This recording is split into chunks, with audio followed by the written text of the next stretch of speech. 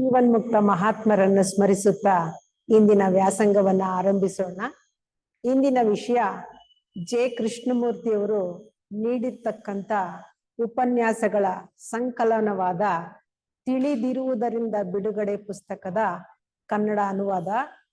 Freedom from the non ಅನ್ನೋದು English, ಅದರನ್ನ G Venkatasubbaiah ಅವರು ಕನ್ನಡಕ್ಕೆ ತರ್ಜುಮೆ ಮಾಡಿದ್ದಾರೆ.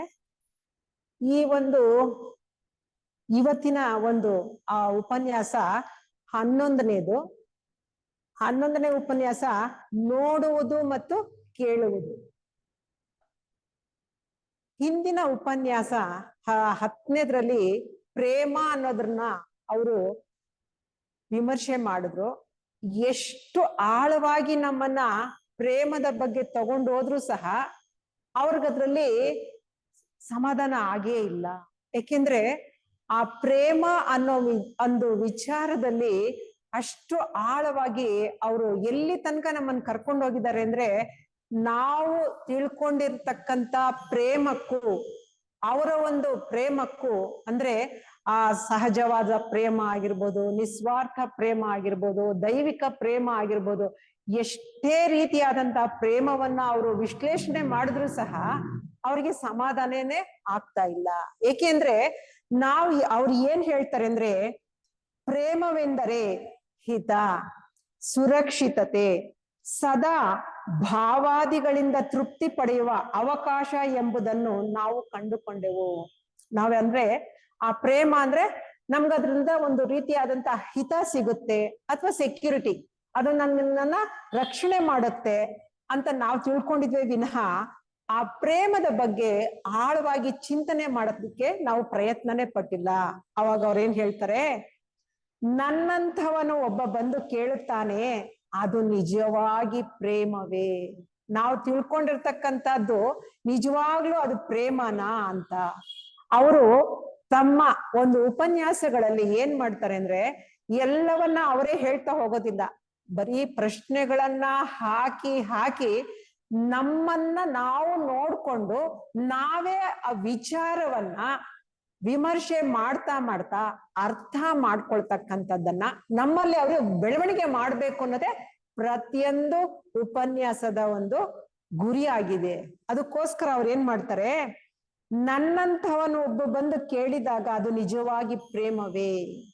ಅಷ್ಟೇ ಅಲ್ಲದೆ ನಿಮಗೆ ಇತರ ಪ್ರಶ್ನೆಗಳನ್ನು ಕೇಳಿ ನಿಮ್ಮೊಳಗಡೆಯೇ ನೋಡಿಕೊಳ್ಳುವಂತೆ ಹೇಳುತ್ತಾರೆ.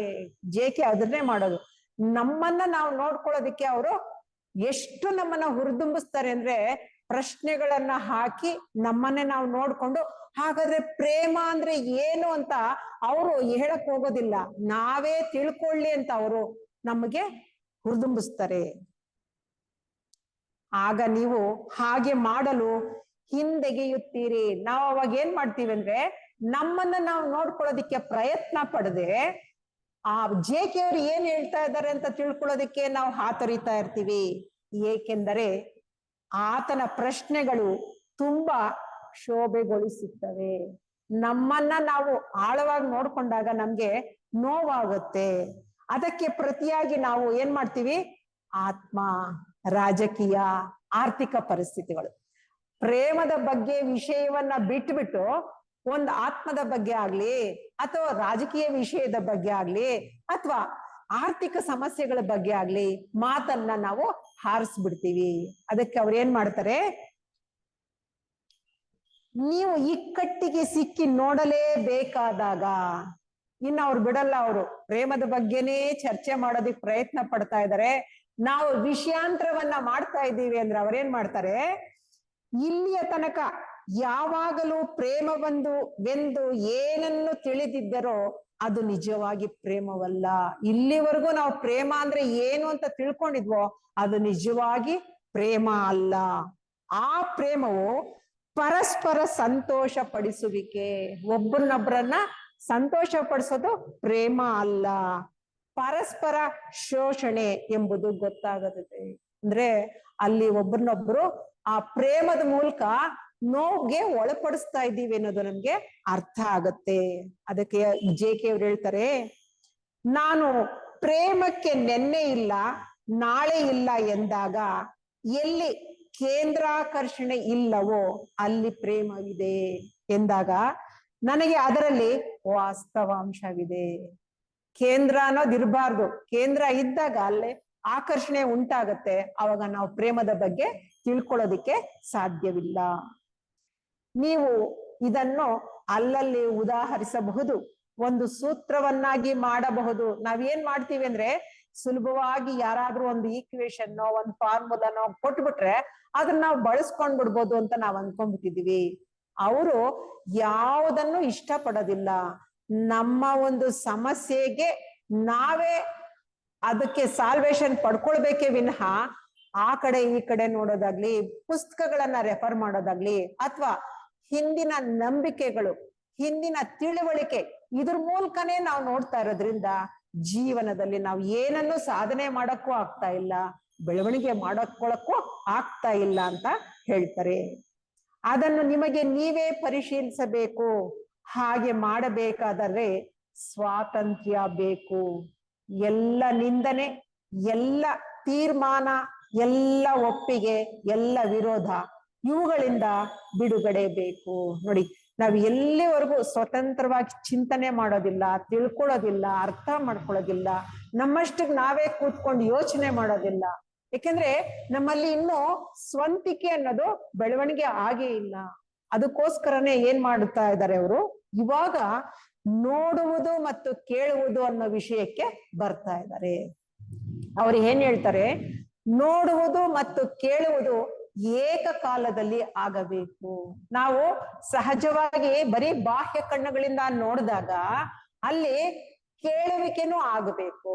ಯಾವ ರೀತಿ ಅಂತರಂಗದಿಂದ ಹೊರಗಡೆ ಬಾಹ್ಯದಿಂದ ಕಣ್ಣಿನಿಂದ ಸಾಮಾನ್ಯವಾಗಿ ನೋಡ್ತಾ ಇದ್ರು ಸಹ ಆ ನೋಡಿದಂತ ನೋಟವನ್ನ ಅಂತರಾಳದವರೆಗೂ ಮುಟ್ಟಿ ಅಲ್ಲಿ ನನ್ನ ಆತ್ಮನಿಂದ ಏನದನ್ನ ಅರ್ಥ ಮಾಡ್ಕೊಂಡೆ, ತಿಳ್ಕೊಂಡೆ, ಮನವರಿಕೆ ಮಾಡ್ಕೊಂಡೆ ಅಂತಂದು ಹಂತ ಹಂತವಾಗಿ ನಾವೇ ಪ್ರಯತ್ನ ಪಟ್ಟಾಗ ನಾವು ತಿಳ್ಕೊಳ್ಳೋದಿಕ್ಕೆ ಸಾಧ್ಯವಾಗುತ್ತೆ. ಅದಕ್ಕೋಸ್ಕರವಾಗಿ ಅವ್ರು ಹೇಳ್ತಾ ಇದ್ದಾರೆ, ನೋಡುವುದು ಮತ್ತು ಕೇಳುವುದು ಏಕಕಾಲದಲ್ಲಿ ಯಾವಾಗ ನಮ್ಗೆ ಆಗುತ್ತೋ, ಅಂದ್ರೆ ನೋಡುವವನೂ ಇರಬಾರ್ದು ಅಥವಾ ನೋಡ್ತಕ್ಕಂತ ವಸ್ತು ಇರಬಾರ್ದು, ಅಲ್ಲಿ ಕೇವಲ ನೋಟ ಅನ್ನೋದು ಇದ್ದಾಗ ನಮಗೆ ಅದು ಏನು ಅನ್ನೋದು ನಾನು ತಿಳ್ಕೊಳ್ಳೋದಿಕ್ಕೆ ಸಾಧ್ಯವಾಗುತ್ತೆ.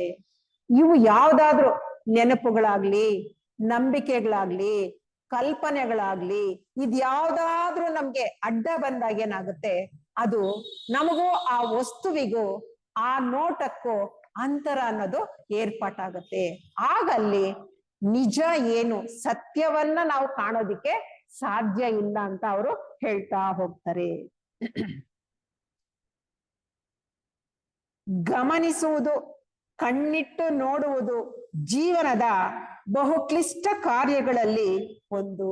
ಬಹಳ ಕಷ್ಟವಾದದ್ದು ಇದೇ ನಮ್ಮ ಜೀವನದಲ್ಲಿ. ನೋಡುವುದು ಕೇಳುವುದು ಎರಡೂ ಒಂದೇ. ನಿಮ್ಮ ಕಣ್ಣುಗಳು ನಿಮ್ಮ ತಾಪತ್ರಯಗಳಿಂದ ಕುರುಡಾಗಿದ್ದರೆ ಅಲ್ವಾ, ನಾವು ಏನ್ ಚಿಕ್ಕ ಚಿಕ್ಕ ಸಮಸ್ಯೆಗಳಿಗೆಲ್ಲ ಇಡೀ ಪ್ರಪಂಚನೇ ನನ್ನ ಮೇಲೆ ಬಿದ್ದೋಗ್ಬಿಟ್ಟಿದೀನೋ ಅಂತಾರ ನಾವು ಯೋಚನೆ ಮಾಡ್ತೀವಿ ವಿನಃ ನಿನ್ನೆ ಸಮಸ್ಯೆ ಇರ್ಲಿಲ್ಲ, ಇವಾಗಿದೆ, ನಾಳೆ ಇರೋದಿಲ್ಲ ಅನ್ನೋದು ಯಾವಾಗ ನಮ್ಗೆ ಪೂರ್ತಿ ನಂಬಿಕೆ ಬರುತ್ತೋ ಆವಾಗ ಏನ್ ಮಾಡುತ್ತೆ, ಬಂದಿದ್ದು ಹೋಗುತ್ತಪ್ಪ ಅಂತ ನಾವು ಧೈರ್ಯವಾಗಿರ್ತೀವಿ. ನಾವೇನ್ ಮಾಡ್ತೀವಿ, ಇಲ್ಲ ನನ್ನಲ್ಲೂ ನನಗೆ ವಿಶ್ವಾಸವನ್ನ ನಾನು ಕಳ್ಕೊಳ್ತೀನಿ, ಅಥವಾ ಬೇರೆದ್ರ ಬಗ್ಗೆನೂ ನಾನು ಯೋಚನೆ ಮಾಡೋದಿಕ್ಕೆ ಹೋಗದೆ ಕೇವಲ ಸಮಸ್ಯೆಯನ್ನ 4 ದೃಷ್ಟಿಯಿಂದ ವಿಚಾರ ಮಾಡ್ತಾ ಅದನ್ನ ಆಳವಾಗಿ ತಿಳ್ಕೊಂಡು ಪರಿಹಾರ ಮಾಡ್ಕೊಂಡಾಗ ಆ ಸಮಸ್ಯೆಯಿಂದ ನಾವು ವಿಮುಖರಾಗೋದಿಕ್ಕೆ ಸಾಧ್ಯವಾಗುತ್ತೆ. ನಿಮ್ಮ ಕಣ್ಣುಗಳು ನಿಮ್ಮ ತಾಪತ್ರಯಗಳಿಂದ ಕುರುಡಾಗಿದ್ದರೆ ನೀವು ಸೂರ್ಯಾಸ್ತದ ಸೌಂದರ್ಯವನ್ನು ಕಾಣಲಾರಿರಿ. ನೋಡ್ದ, ಅಲ್ಲಿ ಆ ಸೂರ್ಯ ಹುಟ್ಟುವಾಗ ಎಷ್ಟು ಚೆನ್ನಾಗಿರುತ್ತೆ ಅಂತಂದ್ರೆ ಅಲ್ಲಿ ಕಲೆ, ಸೌಂದರ್ಯ ಎಲ್ಲವನ್ನ ನಾವು ವೀಕ್ಷಿಸ್ಬೋದು.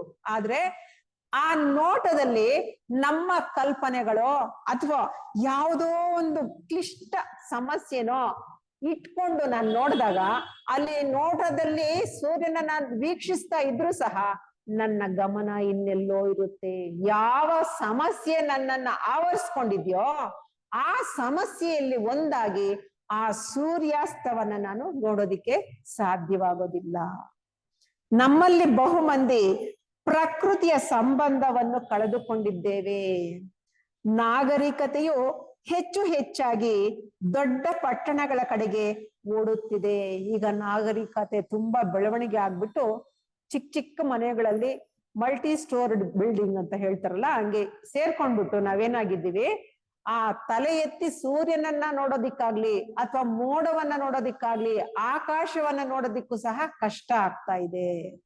ಈ ನಾಗರಿಕತೆ ಒಂದ್ ಕಡೆ ಬೆಳೀತಾ ಇದ್ರೆ ಸಮಸ್ಯೆಗಳು ನಾನಾ ರೀತಿಯಾಗಿ ಬೆಳವಣಿಗೆ ಆಗ್ತಾನೇ ಇದಾವೆ. ನಾವೇನ್ ಮಾಡ್ತೀವಿ, ಇಕ್ಕಟ್ಟಾದ ಕೊಠಡಿಗಳಲ್ಲಿ ವಾಸ ಮಾಡುತ್ತಾ ಪ್ರಾತಃ ಕಾಲದಲ್ಲಿಯೋ ಸಂಜೆಯೋ ಆಕಾಶವನ್ನು ನೋಡುವುದಕ್ಕೆ ಕೂಡ ಜಾಗವಿಲ್ಲದಂತೆ ಇದ್ದೇವೆ. ಆದ್ದರಿಂದ ಸೌಂದರ್ಯದ ಬಹುಪಾಲಿಗೂ ನಮಗೂ ಸಂಬಂಧವು ಕಳಚಿ ಹೋಗುತ್ತದೆ ಅಲ್ವಾ. ನಮ್ಗೆ ಈಗ ಆ ಪ್ರಕೃತಿಯನ್ನ ವೀಕ್ಷಣೆ ಮಾಡೋದಿಕ್ಕೆ ಜಾಗನೂ ಇಲ್ಲ, ಸಮಯನೂ ಇಲ್ಲ. ಅಂತ ಒಂದು ಜೀವನವನ್ನ ನಾವು ನೋಡ್ತಾ ಇರೋದ್ರಿಂದ ಇನ್ನು ಕಲೆ ಬಗ್ಗೆ ಯೋಚನೆ ಮಾಡೋ ಒಂದು ಪ್ರಶ್ನೆಯೇ ಉತ್ಪತ್ತಿ ಆಗೋದಿಲ್ಲ. ಯಾವಾಗ ನಾವು ಕಲೆ ಅಂತಂದ್ರೆ ಸೌಂದರ್ಯವನ್ನ ವೀಕ್ಷಣೆ ಹೋಗ್ತೀವಿ ಅಂದ್ರೆ ಯಾವ ಸಮಸ್ಯೆನೂ ಇಲ್ಲದೆ ಸಂತೋಷವಾಗಿದ್ದಾಗ, ನಾವು ತಲೆ ಎತ್ತಿ ನೋಡಿ ಆಕಾಶವನ್ನ ನೋಡ್ತಾ ಇದ್ದಾಗ ಆ ಮೋಡಗಳನ್ನಾಗ್ಲಿ ಸೂರ್ಯನನ್ನಾಗ್ಲಿ ಪ್ರತಿಯೊಂದು ನಕ್ಷತ್ರವನ್ನಾಗ್ಲಿ ವೀಕ್ಷಣೆ ಮಾಡೋದಿಕ್ಕೆ ಸಾಧ್ಯವಾಗುತ್ತೆ. ಕೇವಲ ನೋಡುವಿಕೆ ಇದ್ದಾಗ ಆ ಸೌಂದರ್ಯವನ್ನ ಕಲೆಯನ್ನ ನಾವು ಗಮನಿಸ್ತೀವಿ. ಆದ್ರೆ ಆ ನೋಟದಲ್ಲಿ ನಮ್ಮ ಸಮಸ್ಯೆಗಳೇನಾದ್ರೂ ಸೇರ್ಕೊಳ್ತು ಅಂದ್ರೆ ಅಲ್ಲಿ ಕಲೆಯನ್ನಾಗ್ಲಿ ಸೌಂದರ್ಯವನ್ನಾಗ್ಲಿ ಅಥವಾ ಸತ್ಯವನ್ನಾಗ್ಲಿ ತಿಳ್ಕೊಳ್ಳೋದಿಕ್ಕೆ ಅವೆಲ್ಲ ಏನ್ ಮಾಡತ್ತೆ, ನಮ್ಮನ್ನ ಆವರಿಸ್ಕೊಂಡ್ಬಿಟ್ಟಿದೆ. ಅಲ್ಲಿ ಏನ್ ಮಾಡತ್ತೆ, ಅಂತರ ಅನ್ನೋದು ಏರ್ಪಾಟಾಗಿ ಆ ಸಹಜವಾಗಿ ಇರ್ತಕ್ಕಂಥದ್ದನ್ನ ನೋಡೋದಿಕ್ಕೆ ಸಾಧ್ಯವಿಲ್ಲದೆ ಆಗ್ತಾ ಇದೆ. ನಮ್ಮಲ್ಲಿ ಎಷ್ಟು ಕಡಿಮೆ ಜನ ಸೂರ್ಯೋದಯವನ್ನೋ ಸೂರ್ಯಾಸ್ತವನ್ನೋ ಬೆಳದಿಂಗಳನ್ನೋ ನೀರಿನಲ್ಲಿ ಬೆಳಕಿನ ಪ್ರತಿಬಿಂಬವನ್ನು ನೋಡುತ್ತೇವೆ ಎಂಬುದನ್ನು ನೀವು ಗಮನಿಸಿದ್ದೀರೋ ಇಲ್ಲವೋ ನಾನು ಕಾಣೆ. ಈಗ ನಾವು ಜೀವನವನ್ನ ಜೀವಿಸ್ತಾ ಇರ್ತಕ್ಕಂಥ ರೀತಿಯಲ್ಲಿ ಆ ಬೆಳದಿಂಗಳನ್ನಾಗ್ಲಿ ಅಥವಾ ಆ ಯಾವ್ದಾದ್ರೂ ಒಂದು ಹಳ್ಳದಲ್ಲಿ ನೀರ್ ನಿಂತಿರುತ್ತಲ್ಲ, ಅದ್ರಲ್ಲಿ ಸೂರ್ಯನನ್ನಾಗ್ಲಿ ಚಂದ್ರನನ್ನಾಗ್ಲಿ ನೋಡೋದಿಕ್ಕೆ ಸಾಧ್ಯನಾ? ಅದನ್ನೆಲ್ಲ ನಾವು ಗಮನಿಸ್ಬೇಕಂದ್ರೆ ನಾವು ಹಳ್ಳಿಗಾಡುಗಳಿಗೆ ಹೋದಾಗ ಇದನ್ನ ಸಹಜವಾಗಿ ನೋಡ್ತಕ್ಕಂತ ಒಂದು ಸನ್ನಿವೇಶ ನಮ್ಗೆ ಸಿಗುತ್ತೆ. ಪ್ರಕೃತಿಯೊಡನೆ ಸಂಬಂಧವನ್ನು ಕಳೆದುಕೊಂಡು ನಾವು ಸ್ವಾಭಾವಿಕವಾಗಿ ಬೌದ್ಧಿಕ ಶಕ್ತಿಗಳನ್ನು ಅಭಿವೃದ್ಧಿಗೊಳಿಸಲು ಅಪೇಕ್ಷಿಸುತ್ತೇವೆ. ನಾವು ಅನೇಕ ಪುಸ್ತಕಗಳನ್ನ ಓದುತ್ತೇವೆ, ಅನೇಕ ವಸ್ತು ಸಂಗ್ರಹಾಲಯಗಳಿಗೆ ಹೋಗಿ ಬರುತ್ತೇವೆ, ಸಂಗೀತ ಕಚೇರಿಗಳಲ್ಲಿ ಕುಳಿತು ಕೇಳುತ್ತೇವೆ, ಟೆಲಿವಿಷನ್ ಅನ್ನು ನೋಡುತ್ತೇವೆ, ಹೀಗೆಯೇ ಇತರ ಅನೇಕ ಮನರಂಜನೆಗಳನ್ನು ಪಡೆಯುತ್ತೇವೆ. ನೋಡಿ, ಇದೆಲ್ಲ ನಾವು ಯಾವ್ದು ಸಹಜವಾಗಿ ನಾವು ನೋಡ್ತಾ ಇಲ್ಲ, ಬೇರೆ ಟಿವಿ ಮೂಲಕ ನೋಡ್ತಾ ಇದೀವಿ. ನಾವು ಪ್ರಕೃತಿ ಸೌಂದರ್ಯವನ್ನ ಬೆಳಗ್ಗೆ ವಾಕಿಂಗ್ ಹೋದಾಗ್ಲಿ ಅಥವಾ ಹಳ್ಳಿಗಳ ಕಡೆ ಪಟ್ಟಣದಿಂದ ದೂರ ಹೋದಾಗ ನಾವು ನೋಡೋದಿಕ್ಕೆ ಸಾಧ್ಯವಾಗುತ್ತೆ. ಆದ್ರೆ ಈಗಿನ ನಮ್ಮ ಪರಿಸ್ಥಿತಿ ಹೇಗಿದೆಯಪ್ಪ ಅಂದ್ರೆ ಕೇವಲ ಟಿವಿನಲ್ಲಿ ಮಾತ್ರ ನೋಡ್ತಾ ಇದ್ದೀವಿ. ಅಲ್ಲಿ ಸಹಜತೆ ಜೀವಂತಿಕೆ ಅನ್ನೋದು ಇರೋದಿಕ್ಕೆ ಸಾಧ್ಯವಿಲ್ಲ. ಜೀವಂತಿಕೆಯನ್ನ ನೋಡ್ಬೇಕಾದ್ರೆ ನಾವು ನ್ಯಾಚುರಲ್ ಆಗಿ ಅಲ್ಲಿ ಏನಿದೆ ಅನ್ನೋದನ್ನ ನೋಡಿದಾಗ ಮಾತ್ರ ಅಲ್ಲಿ ನಾವು ತಿಳ್ಕೊಳ್ಳೋದಿಕ್ಕೆ ಸಾಧ್ಯವಾಗತ್ತೆ. ಕಲೆಯ ಬಗ್ಗೆ ಬೇಕಾದಷ್ಟು ಯೋಚಿಸುತ್ತೇವೆ, ಮಾತನಾಡುತ್ತೇವೆ. ನಾವು ಕಲೆಯನ್ನು ಏಕೆ ಇಷ್ಟೊಂದು ಅವಲಂಬಿಸುತ್ತೇವೆ? ಏಕೆಂದ್ರೆ ಕಲೆ ಅನ್ನೋದು ನಮ್ಮನ್ನ ಸತ್ಯದ ಕಡೆಗೆ ಕರ್ಕೊಂಡು ಹೋಗುತ್ತೆ. ಆ ಕಲೆಯನ್ನ ವೀಕ್ಷಿಸೋದು ನಮ್ಗೆ ಇನ್ನೂ ಬರ್ತಾ ಇಲ್ಲ. ಏಕೆಂದ್ರೆ ಆ ಕಲೆಯನ್ನ ನಾವು ನೋಡ್ತಾ ಇದ್ದಾಗ ನಮ್ಗೆ ಯಾವ ಭಾವನೆನೂ ಇರಬಾರ್ದು. ಆ ಕಲೆನೂ ನಾನು ಮಾತ್ರ ಇರ್ಬೇಕು, ನಾನು ಗಮನಿಸತಕ್ಕಂತ ವಿಚಾರದಲ್ಲಿ ಯಾವ ಆಲೋಚನೆನೂ ಬರಬಾರ್ದು. ಅಂದ್ರೆ ಯಾಕೆ ಈ ಹೂವು ಈ ಬಣ್ಣ ಇದೆ, ಇದೆಲ್ಲ ಏನ್ ಮಾಡುತ್ತೆ, ಆ ಕಲೆ ಅಲ್ಲಿ ಏನು ಆ ಚಿತ್ರಕಾರ ಏನು ಚಿತ್ರಿಸಿದನೋ ಅದಕ್ಕೂ ನಮ್ಮ ಭಾವನೆಗಳಿಗೂ ಅಡ್ಡಿ ಉಂಟಾಗತ್ತೆ. ಅಲ್ಲಿ ಕೇವಲ ಆ ಚಿತ್ರಗಾರ ಏನು ನಿರ್ಮಾಣ ಮಾಡಿದನೋ ಅದನ್ನ ನಾನು ನೋಡೋದಿಕ್ಕೆ ಸಾಧ್ಯವಾಗೋದಿಲ್ಲ. ಇದಕ್ಕೆಲ್ಲ ಏನ್ ಕಾರಣ, ನಾವು ಏನೇನ್ ತಿಳ್ಕೊಂಡಿದೀವೋ ಅದ್ರ ಮೂಲಕ ನಾವು ನೋಡೋದ್ರಿಂದ ಈ ತರ ನಮ್ಗೆ ಅಂತರ ಅನ್ನೋದು ಏರ್ಪಾಡಾಗ್ತಾ ಇದೆ. ಆ ತಿಳುವಳಿಕೆಯಿಂದ ನಾನು ಯಾವಾಗ ಬಿಡುಗಡೆಯನ್ನ ಪಡಿತೀನೋ ಆಗ ನಾನು ಸಹಜವಾಗಿ ನೋಡ್ತೀನಿ, ಅದ್ರಲ್ಲಿ ಏನು ಸತ್ಯ ಇದೆ ಅನ್ನೋದನ್ನ ನಾನು ತಿಳ್ಕೊಳ್ಳೋದಿಕ್ಕೆ ಸಾಧ್ಯವಾಗುತ್ತೆ. ನೀವು ಪ್ರಕೃತಿಯೊಡನೆ ನೇರವಾಗಿ ಸಂಬಂಧ ಹೊಂದಿದ್ದರೆ, ನಾನು ಯಾವಾಗ ಪ್ರಕೃತಿಯನ್ನ ನೇರವಾಗಿ ನೋಡ್ತೀನೋ ಆಗ ರೆಕ್ಕೆಗಳ ಮೇಲೆ ಹಾರುತ್ತಿರುವ ಪಕ್ಷಿಯ ಚಲನೆಯನ್ನು ನೋಡಿದರೆ, ಆಕಾಶದಲ್ಲಿನ ಎಲ್ಲ ವಿಕಸನ ಪರಂಪರೆಯ ಸೌಂದರ್ಯವನ್ನು, ಬೆಟ್ಟಗಳ ಮೇಲಿನ ನೆರಳುಗಳನ್ನು, ಮತ್ತೊಬ್ಬರ ಮುಖದ ಮೇಲಿನ ಸೌಂದರ್ಯವನ್ನು ನೋಡಿದರೆ ನೀವು ಯಾವುದೋ ವಸ್ತು ಸಂಗ್ರಹಾಲಯಕ್ಕೆ ಹೋಗಿ ಒಂದು ಚಿತ್ರವನ್ನು ನೋಡಬೇಕು ಎನ್ನಿಸುತ್ತದೆಯಾ? ಯಾಕೆಂದ್ರೆ ವಸ್ತು ಸಂಗ್ರಹಾಲಯದಲ್ಲಿ ನಾವು ನೋಡ್ತೀವಿ, ಆದ್ರೆ ಅಲ್ಲಿ ಯಾವತ್ತೋ ಅವ್ರು ಸಂಗ್ರಹ ಮಾಡಿರೋದನ್ನ ನೋಡ್ತೀವಿ ವಿನಃ ಅದರಲ್ಲಿ ಜೀವಂತಿಕೆ ಅನ್ನೋದು ಇರೋದಿಲ್ಲ. ಯಾವಾಗ ನಾವು ಪ್ರಕೃತಿಯಲ್ಲಿ ಡೈರೆಕ್ಟ್ ಆಗಿ ನೋಡ್ತೀವೋ ಅಲ್ಲಿ ಸಹಜತೆ ಇರುತ್ತೆ, ಸೌಂದರ್ಯ ಇರುತ್ತೆ, ಜೀವಂತಿಕೆ ಅನ್ನೋದು ಇರುತ್ತೆ.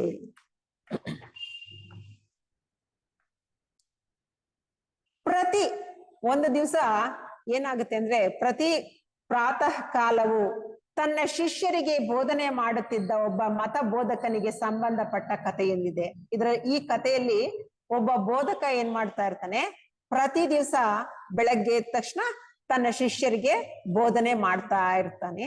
ಒಂದು ದಿವಸ ಇನ್ನ ತಾನು ಬೋಧನೆ ಕೊಡಬೇಕು ಅನ್ನೋ ಟೈಮಿಗೆ ಸರಿಯಾಗಿ ಒಂದು ಪಕ್ಷಿ ಹಾರಿ ಬಂದು ಕಿಟಕಿಯ ಮೇಲೆ ಕೂತ್ಕೊಂಡು ತಾನು ಸಂತೋಷವಾಗಿ ಹಾಡುತ್ತೆ. ಹಾಡ್ಬಿಟ್ಟು ಹಾರಿ ಹೊರಟೋಗ್ಬಿಡುತ್ತೆ.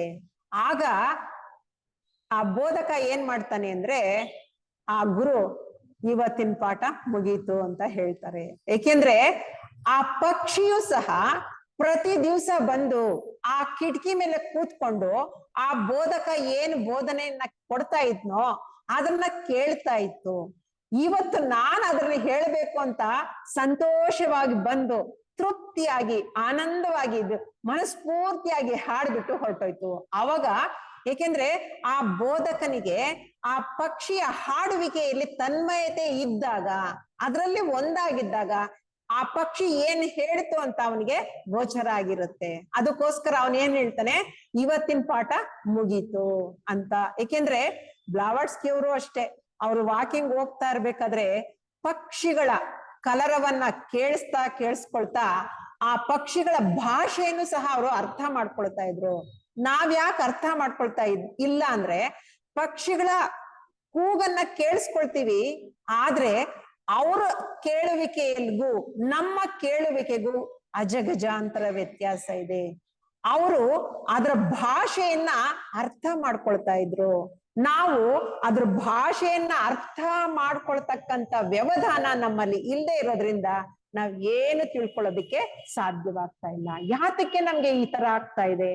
ಹಿಂದಿನ ನೆನಪುಗಳು, ಹಿಂದಿನ ನಂಬಿಕೆಗಳು, ಕಲ್ಪನೆಗಳು, ಇವು ಮೂರರಲ್ಲಿ ನಾವು ಸಿಕ್ಕಾಕೊಂಡು ಒದ್ದಾಡ್ತಾ ಇದ್ದೀವಿ.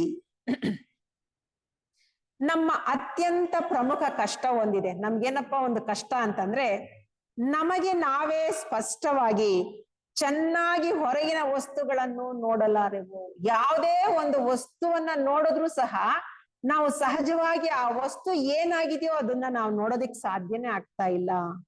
ಅಂತರಂಗದ ಜೀವನವನ್ನು ನೋಡಲಾರೆವು ಎಂಬುದು ನನ್ನ ಮನಸ್ಸಿಗೆ ಹಾಗೆ ತೋರುತ್ತಿದೆ. ಒಂದು ಮರವನ್ನೋ, ಹೂವನ್ನೋ, ಒಬ್ಬ ವ್ಯಕ್ತಿಯನ್ನೋ ನಾವು ನೋಡಿದಾಗ ನಾವು ವಾಸ್ತವಿಕವಾಗಿ ನೋಡುತ್ತೀವೇನು? ಇಲ್ಲ. ಏಕೆಂದ್ರೆ ಒಂದು ಹೂವನ್ನು ನೋಡಿದಾಗ ಅದು ಯಾವ ಜಾತಿಗೆ ಸೇರಿದೆ? ಒಬ್ಬ ಬಾಟನಿ ಸ್ಟೂಡೆಂಟ್ ಆದ್ರೆ ಅದು ಯಾವ ಫ್ಯಾಮಿಲಿ, ಯಾವ ಕಿಂಗ್ಡಮ್, ಆತರ ಅವನು ಯೋಚನೆ ಮಾಡ್ತಾ ಇದ್ನೇ ವಿನಃ ಆ ಹೂವನ್ನ ನೇರವಾಗಿ ಅವನು ನೋಡೋದಿಲ್ಲ. ಇದು ನಮ್ಮನ್ನ ಕಾಡ್ತಾ ಇರೋದು. ಆ ಎಲ್ಲ ವಿಚಾರ, ಆ ಹೂವಿನ ಬಗ್ಗೆ ಅವನ್ ಏನು ಮಾಹಿತಿ ಆಗ್ಲಿ ತಿಳುವಳಿಕೆ ಆಗ್ಲಿ ಎಲ್ಲವನ್ನು ಪಕ್ಕಕ್ಕಿಟ್ಟು ನೋಡಿದ್ದಾಗ ಅವನು ಆ ಹೂವನ್ನ ನೋಡಿದಾಗ ಅವನಲ್ಲಿ ಸಂತೋಷ ಅನ್ನೋದು ಹುಟ್ಟುತ್ತಾ ಇತ್ತು. ಆದ್ರೆ ಆ ಹಿಂದಿನ ನೆನಪು ಕಲ್ಪನೆ ಇವೆಲ್ಲ ಅವುಗಳೆಲ್ಲದರ ಮೂಲಕ ನೋಡ್ತಾ ಇರೋದ್ರಿಂದ ಅವನು ಸಹಜತೆಯನ್ನ ಕಳ್ಕೊಳ್ತಾ ಇದ್ದಾನೆ. ನಾವು ಪದವು ಸೃಷ್ಟಿಸುವ ಕಲ್ಪನೆಯ ಚಿತ್ರವನ್ನು ನೋಡುತ್ತೇವೋ? ನೀವು ಒಂದು ಮರವನ್ನು ಸಂಜೆಯಲ್ಲಿ ಬೆಳಕಿನಿಂದ ಹೊಳೆದು ಸಂತೋಷವನ್ನು ಉಂಟು ಮಾಡುವ ಮೋಡವನ್ನು ನೋಡಿದಾಗ ನೀವು ನಿಜವಾಗಿ ನೋಡುತ್ತೀರೇನು? ಯಾಕೆಂದ್ರೆ ಆ ಯಾವುದರಿಂದನೂ ನೋಡದೆ ನಾನು ನೇರವಾಗಿ ಅದನ್ನ ನೋಡಿದಾಗ ನಾನೇನ್ ಮಾಡ್ತೀನಿ, ಸಂತೋಷವನ್ನ ಅನುಭವಿಸ್ತೇನೆ. ಅದು ನನ್ನಲ್ಲಿ ಸಂತೋಷವನ್ನ ಮೂಡಿಸುತ್ತೆ.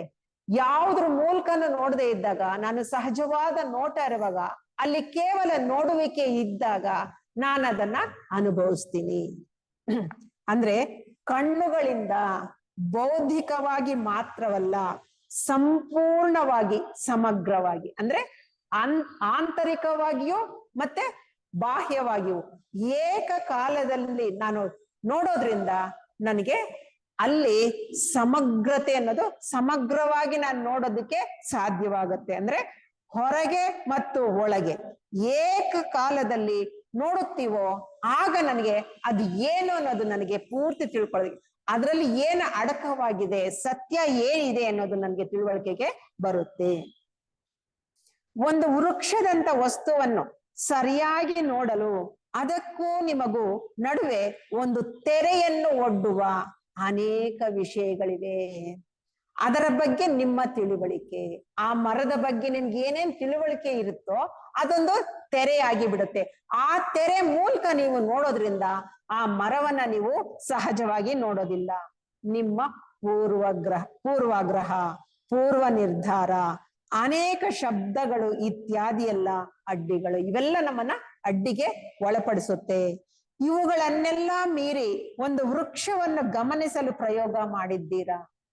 ಅದಕ್ಕೂ ನನಗೂ ಏನು ಗೊತ್ತೇ ಇಲ್ಲ ಅನ್ನೋ ರೀತಿಯಲ್ಲಿ ಇದೇ ಮೊದಲನೇ ಸಾರಿ ನೋಡ್ತಾ ಇದ್ದೀನಿ ಆ ಮರ ಅನ್ನೋ ರೀತಿಯಲ್ಲಿ ಆ ಮರವನ್ನ ನಾನು ನೋಡಿದಾಗ ಪ್ರಯತ್ನ ಮಾಡಿ ನಿಮ್ಮ ಸಂಪೂರ್ಣ ವ್ಯಕ್ತಿತ್ವದೊಡನೆ, ನಿಮ್ಮ ಎಲ್ಲ ಚೈತನ್ಯದ ಸಮಗ್ರತೆಯೊಡನೆ, ನಮ್ಮಲ್ಲಿ ಏನೇನ್ ಚೈತನ್ಯ, ಎಷ್ಟು ಚೈತನ್ಯ ಇದೋ ಅಷ್ಟು ಚೈತನ್ಯವನ್ನು, ಅಂದ್ರೆ ಕಾಮದೇಹ ಆಗ್ಲಿ ಮನೋದೇಹ ಆಗ್ಲಿ ಯಾವುದನ್ನು ನಮ್ಗೆ ಅಡ್ಡಿಪಡಿಸ್ಬಾರ್ದು. ಕೇವಲ ಅಲ್ಲಿ ನೋಡುವಿಕೆ ಇರಬೇಕು. ಆಗ ಸಮಗ್ರತೆಯೊಡನೆ ಒಂದು ಮರವನ್ನು ಗಮನಿಸಿ, ಆಗ ವಾಸ್ತವಿಕವಾಗಿ ಏನಾಗುತ್ತದೆ ಎಂಬುದನ್ನು ನೋಡಿ ಆ ತೀವ್ರ ಗಮನದಲ್ಲಿ ಕಾಣುವವನೇ ಇರುವುದಿಲ್ಲ ಎಂಬುದನ್ನು ಕಂಡುಕೊಳ್ಳುತ್ತೀರಿ. ಅಲ್ಲಿ ಗಮನ ಮಾತ್ರ ಇರುತ್ತದೆ. ಚಿತ್ತ ಚಂಚಲತೆ ಇದ್ದಾಗ ಮಾತ್ರ ನೋಡುವವನು ನೋಡಲ್ಪಡುವುದು ಎರಡೂ ಇರುತ್ತದೆ. ನಮ್ಮ ಮನಸ್ಸು ಚಂಚಲವಾಗ್ತಾ ಇದ್ದಾಗ ಮಾತ್ರ ನಾನು ಬೇರೆ, ನೋಡ್ತಾ ಇರ್ತಕ್ಕಂಥ ಮರನೇ ಬೇರೆ ಅಂತ ಅನ್ಸುತ್ತೆ. ನಾನು ಅಂದ್ರೆ ನೋಡುವವನೂ ಇಲ್ಲ, ವಸ್ತುವೂ ಇಲ್ಲ ಅಂದಾಗ ಅಲ್ಲಿ ಕೇವಲ ನೋಡುವಿಕೆ ಇರುತ್ತೆ. ಅಲ್ಲಿ ಮನಸ್ಸು ಅನ್ನೋದು ಚಂಚಲ ಆಗ್ತಾ ಇಲ್ಲ. ನೋಡಲ್ಪಡುವುದು ಅಲ್ಲಿ ಯಾವಾಗ ನಮ್ಮ ಮನಸ್ಸು ಚಂಚಲವಾಗಿರುತ್ತೋ ಆಗ ನೋಡುವವನು ಅಥವಾ ನೋಡ್ತಕ್ಕಂಥವನು ಮತ್ತೆ ಆ ನೋಡ್ತಕ್ಕಂಥ ವಸ್ತು ಎರಡು ಇರುತ್ತೆ. ಕೇವಲ ನೋಡುವಿಕೆ, ಮನಸ್ಸು ನಿಶ್ಚಲವಾಗಿದ್ದಾಗ ಕೇವಲ ನೋಟ ಅನ್ನೋದು ಮಾತ್ರ ಇರುತ್ತೆ. ಯಾವುದನ್ನಾದರೂ ನೀವು ಸಂಪೂರ್ಣ ಗಮನದಿಂದ ನೋಡುತ್ತಿರುವಾಗ ಭಾವನೆಗೆ ಸ್ಥಳವೇ ಇರುವುದಿಲ್ಲ. ನಾವು ಯಾವಾಗ ಸಂಪೂರ್ಣವಾಗಿ ಸಮಗ್ರವಾಗಿ ಅಂತರಾಳದಿಂದನೂ ಹೊರಗಡೆಯಿಂದನೂ ಎಲ್ಲಾನು ಒಂದೇ ನೋಟದಲ್ಲಿ ನೋಡ್ತೀವೋ ಆಗೇನಾಗುತ್ತೆ, ಅಲ್ಲಿ ಯಾವ ಭಾವನೆನೂ ಹುಟ್ಟೋದೇ ಇಲ್ಲ. ಒಂದು ಸೂತ್ರಕ್ಕಾಗಲಿ ನೆನಪಿಗಾಗಲಿ ಸ್ಥಳವಿಲ್ಲ. ಕೇವಲ ನೋಡುವಿಕೆ ಇದ್ದಾಗ ಯಾವುದ್ರ ಮೂಲಕನೂ ನಾವು ನೋಡೋದಿಲ್ಲ, ನೆನಪು ನಮ್ಗೆ ಬರೋದು ಇಲ್ಲ. ಇದನ್ನು ಅರ್ಥ ಮಾಡಿಕೊಳ್ಳುವುದು ಮುಖ್ಯ. ಏಕೆಂದರೆ ಮುಂದೆ ನಾವು ಯಾವುದನ್ನು ಪರಿಶೀಲಿಸುತ್ತೇವೆಯೋ ಅದಕ್ಕೆ ಎಚ್ಚರಿಕೆಯ ಶೋಧನೆ ಅಗತ್ಯ. ಎಚ್ಚರಿಕೆ ಅಂತಂದ್ರೆ ಇದು ಯಾವುದು ನಮ್ಗೆ ಅಡ್ಡಿಪಡಿಸಬಾರ್ದು. ನೆನಪುಗಳಾಗ್ಲಿ, ಪೂರ್ವಕಲ್ಪಿತ ಅಭಿಪ್ರಾಯಗಳಾಗಿರ್ಲಿ ಅಥವಾ ಭಾವನೆಗಳಾಗಿರ್ಲಿ, ಯಾವುದು ನಮ್ಮನ್ನ ಅಡ್ಡಿಪಡಿಸದೇ ಇದ್ದಾಗ ಕೇವಲ ನೋಡುವಿಕೆ, ನೇರವಾದ ನೋಟ ಇದು ಇದ್ದಾಗ ಮಾತ್ರ ನಮಗೆ ಶೋಧನೆ ಅಂದ್ರೆ ಅದರಲ್ಲಿ ಏನು ಸತ್ಯ ಅಡಗಿದೆ ಅನ್ನೋದನ್ನ ನಾನು ತಿಳ್ಕೊಳ್ಳೋದಕ್ಕೆ ಸಾಧ್ಯವಾಗುತ್ತೆ. ಏಕೆಂದ್ರೆ ನಾವೆಲ್ಲ ಈಗ ಪ್ರಯತ್ನ ಪಡ್ತಾ ಇದ್ದೀವಿ. ಪ್ರತಿಯೊಂದು ವಸ್ತುವಿನಲ್ಲಿರ್ತಕ್ಕಂಥದ್ದು, ನನ್ನಲ್ಲಿರ್ತಕ್ಕಂಥದ್ದು ಒಂದೇ ಚೈತನ್ಯ ಅಂತ ನಾವು ತಿಳ್ಕೊಳ್ಬೇಕಾದ್ರೆ ಇವನ್ನೆಲ್ಲ ನಾವು ಪಕ್ಕಕ್ಕಿಟ್ಟಾಗ ಆ ಒಂದು ಚೈತನ್ಯವನ್ನ ಗಮನಿಸುವಷ್ಟು ಆಳಕ್ಕೆ ನಾವು ಹೋಗ್ಬೇಕಾದ್ರೆ ಈ ಅಡ್ಡಿಗಳನ್ನೆಲ್ಲ ನಾವು ಪಕ್ಕಕ್ಕೆ ಸರಿಸಿದಾಗ ಮಾತ್ರ ಅದರಲ್ಲಿ ಚೈತನ್ಯ ಯಾವ ರೀತಿ ವಿಕಾಸವನ್ನ ಪಡಿತಾ ಇದೆ, ಯಾವ ರೀತಿ ವ್ಯಕ್ತವಾಗಿದೆ ಅನ್ನೋದನ್ನ ಒಂದೊಂದು ರೂಪದಲ್ಲೂ ನಾವು ನೋಡೋದಿಕ್ಕೆ ಸಾಧ್ಯವಾಗುತ್ತೆ. ಸಂಪೂರ್ಣವಾದ ಆತ್ಮ ಪರವಶತೆಯಿಂದ ಅದು ಅಲ್ಲಿಗೆ ಹೋಗ್ಬೇಕು. ನಮ್ಮ ಗಮನ ಅನ್ನೋದು ಎಷ್ಟು ಆಳದವರೆಗೂ ಹೋಗ್ಬೇಕು ಅಂದ್ರೆ ಕಾಮದೇಹ, ಮನೋದೇಹ ಎಲ್ಲವನ್ನ ಪಕ್ಕಕ್ಕೆ ಸರಿಸಿ ಆತ್ಮನ ಮಟ್ಟಕ್ಕೂ ಹೋದಾಗ ಮಾತ್ರ ಅಲ್ಲಿ ಆತ್ಮ ಯಾವ ರೀತಿ ಕೆಲಸ ಮಾಡ್ತಾ ಇದೆ, ಅದು ಆತ್ಮ ಪರವಶತೆಯಿಂದ ನಾನು ಪ್ರತಿಯೊಂದು ಮನುಷ್ಯ ಆಗಿರ್ಲಿ, ಒಂದು ಖನಿಜ ಆಗಿರ್ಲಿ, ಒಂದು ಸಸ್ಯ ಆಗಿರ್ಲಿ, ಏನನ್ನ ನೋಡಿದ್ರು ಸಹ ಅಷ್ಟು ಆಳವಾಗಿ ಎಚ್ಚರಿಕೆಯಿಂದ ಗಮನಿಸಿದಾಗ ಮಾತ್ರ ಅಲ್ಲಿ ಏನಿದೆ ಅಂತ ತಿಳ್ಕೊಳ್ಳೋದಿಕ್ಕೆ ಸಾಧ್ಯವಾಗುತ್ತೆ. ಸಂಪೂರ್ಣವಾದ ಆತ್ಮ ಪರವಶತೆಯಿಂದ ಒಂದು ಮರವನ್ನಾಗಲಿ, ನಕ್ಷತ್ರಗಳನ್ನಾಗಲಿ, ನದಿಯ ಹೊಳೆಯುವ ನೀರನ್ನಾಗಲಿ ನೋಡಬಲ್ಲ ಮನಸ್ಸಿಗೆ ಮಾತ್ರ ಸೌಂದರ್ಯವೆನ್ನುವುದು ಗೊತ್ತಾಗುತ್ತದೆ. ನಿಜವಾಗ್ಲೂ ನಾವು ಸೌಂದರ್ಯವನ್ನ ನಾವು ನೋಡ್ಬೇಕಾದ್ರೆ ಈ ರೀತಿ ಆ ಆಳವಾಗಿ ಗಮನಿಸ್ತಕ್ಕಂಥದ್ದನ್ನ ನಾವು ಪ್ರಾರಂಭ ಮಾಡ್ಬೇಕು. ಈಗ್ಲೂ ನಾವು ಪ್ರಾರಂಭ ಮಾಡದೇ ಇದ್ರೆ ಎಷ್ಟೋ ಜನ್ಮಗಳು ಈಗಾಗ್ಲೇ ನಾವು ವ್ಯರ್ಥವಾಗಿ ಕಳೆದು ಬಿಟ್ಟಿದ್ದೀವಿ. ಈಗ ಇರ್ತಕ್ಕಂಥ ಜನ್ಮದಲ್ಲಾದ್ರೂ ನಾವು ಬೀಜ ಹಾಕಿದ್ರೆ ಮುಂದಿನ ಜನ್ಮದಲ್ಲಾದ್ರೂ ಸಹಜವಾಗಿ ನೋಡ್ತಕ್ಕಂಥ, ಗಮನಿಸತಕ್ಕಂಥ ಅರಿವು ನಮ್ಗೆ ಮೂಡೋದಿಕ್ಕೆ ಪ್ರಾರಂಭ ಆಗತ್ತೆ. ಹೀಗೆ ನಾವು ನಿಜವಾಗಿ ನೋಡುವಾಗ ನಾವು ಪ್ರೇಮದಲ್ಲಿದ್ದೇವೆ. ಅವರು ಪ್ರೇಮ ಬೇರೆ ಅಲ್ಲ, ಸೌಂದರ್ಯ ಬೇರೆ ಅಲ್ಲ, ಸತ್ಯ ಬೇರೆ ಇಲ್ಲ, ಮೂರು ಒಂದೇ ಅನ್ನೋ ತರ ತಗೊಂಡು ಹೋಗ್ತಾ ಇದ್ದಾರೆ. ನಾವು ಸಾಮಾನ್ಯವಾಗಿ ಸೌಂದರ್ಯವನ್ನು ಹೋಲಿಕೆಯ ಮೂಲಕ ಕಾಣುತ್ತೇವೆ. ನಾವು ಏನ್ ನೋಡಿದ್ರು ಸಹ ಇನ್ನೊಂದು ವಸ್ತುವಿನ ಜೊತೆ ಅದನ್ನ ಕಂಪೇರ್ ಮಾಡ್ತೀವಿ. ಆ ಹೋಲಿಕೆ ಏನ್ ಮಾಡುತ್ತೆ, ಅಲ್ಲಿ ಏನು ಸಹಜವಾದ ಸೌಂದರ್ಯ ಇದೆಯೋ ಅದನ್ನ ಪಕ್ಕಕ್ಕೆ ಸರಿಸ್ಬಿಡುತ್ತೆ. ಹೋಲಿಕೆ ಇರಬಾರ್ದು, ಎಕ್ಸ್ಪೆಕ್ಟೇಷನ್ಸ್ ಇರಬಾರ್ದು, ಅನುಸರಣೆ ಇರಬಾರ್ದು. ಇವನ್ನೆಲ್ಲ ಪಕ್ಕಕ್ಕಿಟ್ಟು ನೇರವಾಗಿ ಯಾವಾಗ ನೋಡ್ತೀವೋ ಆಗ ಅಲ್ಲಿ ಸಹಜವಾದ ಸೌಂದರ್ಯವನ್ನ ಕಾಣೋದಿಕ್ಕೆ ಸಾಧ್ಯವಾಗತ್ತೆ. ಮನುಷ್ಯನು ಯಾವುದನ್ನು ಕೂಡಿಸಿದ್ದಾನೋ ಅಂದ್ರೆ ಸ್ಟೋರ್ಡ್ ನಾಲೆಡ್ಜ್, ಆ ಪುಸ್ತಕದಿಂದ ಆಗಿರ್ಬೋದು, ಅನುಭವದಿಂದ ಆಗಿರ್ಬೋದು, ಏನೇನನ್ನ ನಾವು ಶೇಖರಣೆ ಮಾಡ್ಕೊಂಡಿದೀವೋ ಅದ್ರ ಮೂಲಕ ನಾವು ನೋಡೋದಿಕ್ಕೆ ಪ್ರಯತ್ನ ಪಡ್ತೀವಿ. ಅಂದರೆ ನಾವು ಒಂದು ವಸ್ತುವಿಗೆ ಸೌಂದರ್ಯವನ್ನು ಅನ್ವಯಿಸುತ್ತೇವೆ. ಅಲ್ಲಿ ಏನ್ ಸೌಂದರ್ಯ ಇದೆಯೋ ಆ ವಸ್ತುವಿನಲ್ಲಿ ಅದನ್ನ ನಾವು ನೋಡೋದಿಲ್ಲ, ಅನ್ವಯಿಸೋದು. ಇನ್ನೊಂದು ವಸ್ತುವಿಗೆ ಈ ವಸ್ತುವನ್ನ ಕಂಪೇರ್ ಮಾಡಿ ಅದರಲ್ಲಿ ಹೇಗೆ ಸೌಂದರ್ಯ ಇದೆ, ಇದರಲ್ಲಿ ಯಾವ ರೀತಿ ಆ ಸೌಂದರ್ಯ ಅನ್ನೋದು ವ್ಯಕ್ತವಾಗ್ತಾ ಇದೆ ಅಂತ ಕಂಪೇರ್ ಮಾಡೋದಿಕ್ಕೆ ಹೋಗ್ತೀವಿ. ಸುಂದರವೆನ್ನುವ ಒಂದು ಕಟ್ಟಡವನ್ನು ಕಾಣುತ್ತೇವೆ. ಆ ಸೌಂದರ್ಯವನ್ನು ನಾವು ಮೆಚ್ಚಿಕೊಳ್ಳುವುದಕ್ಕೆ ಕಾರಣ ವಾಸ್ತುಶಿಲ್ಪದ ನಮ್ಮ ತಿಳುವಳಿಕೆ. ಆ ಕಟ್ಟಡ ಕಟ್ಟಬೇಕಾದ್ರೆ ಆ ವಾಸ್ತುಶಿಲ್ಪಿ ಯಾವ ರೀತಿ ಇದೆ, ಒಂದು ದೇವಸ್ಥಾನಕ್ಕೆ ಹೋಗ್ತೀವಿ, ಆ ಮೂರ್ತಿಯನ್ನ ನೋಡ್ತೀವಿ, ಮೂರ್ತಿಯನ್ನ ನೋಡಿ ಅದ್ರಲ್ಲಿ ನಾನು ಸೌಂದರ್ಯವನ್ನ ಕಾಣೋದನ್ ಬಿಟ್ಟು ಆ ವಾಸ್ತುಶಿಲ್ಪಿ ಈ ಶಿಲೆಯನ್ನ ಎಷ್ಟ್ ಚೆನ್ನಾಗಿ ಕಡ್ದಿದ್ದಾನೆ, ಇನ್ ಸ್ವಲ್ಪ ಹಾಗಿರ್ಬೇಕು, ಏನೇನೋ ಕಲ್ಪನೆ ಮಾಡ್ಕೊಂಡು ಆ ಶಿಲೆಯಲ್ಲಿರ್ತಕ್ಕಂಥ ಅಥವಾ ಆ ಮೂರ್ತಿಯಲ್ಲಿರ್ತಕ್ಕಂಥ ನಿಜವಾದಂತ ಸ್ಥಿತಿಯನ್ನ, ಶಿಲೆಯಲ್ಲಿ ಅಡಗಿರ್ತಕ್ಕಂಥ ಸೌಂದರ್ಯವನ್ನ ನಾನು ನೋಡೋದಿಕ್ಕೆ ಸಾಧ್ಯ ಆಗೋದೇ ಇಲ್ಲ. ವಾಸ್ತುಶಿಲ್ಪದ ನಮ್ಮ ತಿಳಿವಳಿಕೆ ಮತ್ತು ನಾವು ನೋಡಿರುವ ಇತರ ಕಟ್ಟಡಗಳ ಒಡನೆ ಅದನ್ನು ಹೋಲಿಸುವುದರಿಂದ.